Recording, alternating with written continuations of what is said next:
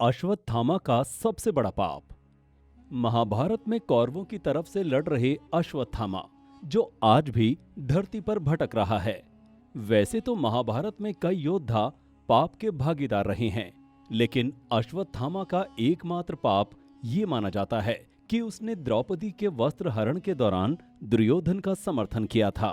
क्योंकि अश्वत्थामा द्रौपदी को बहन मानते थे, इसलिए उन्होंने द्रौपदी की लाज नहीं बचाई, बल्कि उसने दुर्योधन का समर्थन भी किया।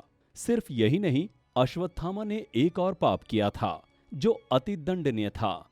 आखिर कौन सा था वो पाप जिससे अश्वत्थामा को मिली धरती पर भटकने की सजा? ये जानने के लिए वीडियो को अंत तक जरूर देखें। महाभारत युद्ध के पश्चात श्री कृष्ण पांडवों को लेकर शिविर से कहीं दूर चले गए।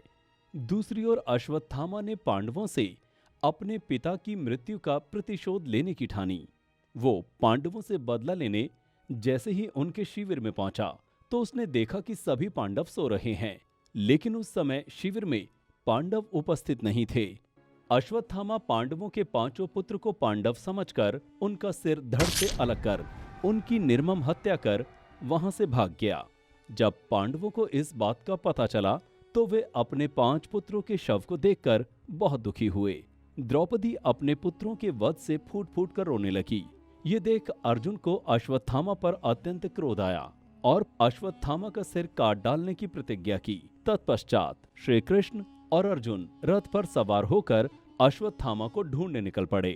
जब अश्वत्थामा को ये पता चला कि श्री कृष्ण और अर्जुन उसका पीछा कर रहे हैं, तो उसने भय के कारण अर्जुन पर ब्रह्मास्त्र छोड़ दिया। अश्वत्थामा ब्रह्मास्त्र चलाना तो जानता था, लेकिन उसे लौटाना नहीं जानता था। तब श्री कृष्ण ने अर्जुन को भी ब्रह्मास्त्र छोड़ने का आदेश दिया। दोनों ही ओर से छोड़े गए ब्रह्मास्त्र आपस में भिड़ गए, जिससे प्रचंड अग्नि उत्पन्न हुई। अंत में अश्वत्थामा पकड़ा गया। तब श्री कृष्ण ने अर्जुन से कहा कि इसने निरपराध तथा सोते हुए बालकों की निर्मम हत्या की है। अगर ये जीवित रहेगा तो वो फिर से पाप करेगा, इसलिए इसी क्षण इसका वध कर दो। लेकिन अर्जुन को अपने गुरु पुत्र को देख दया आ गई और उन्होंने अश्वत्थामा को जीवित ही शिविर में ले जाकर और अपने वचन अनुसार उसे बांधकर द्रौपदी के समक्ष ले आए। द्रौपदी को भी गुरु पुत्र पर दया आ गई और उन्होंने भी अश्वत्थामा को क्षमा कर दिया।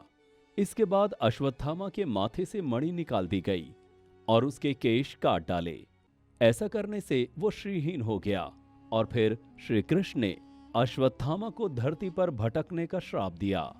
दोस्तों, माना जाता है कि इसी पाप के कारण अश्वत्थामा आज भी धरती पर भटक रहा है।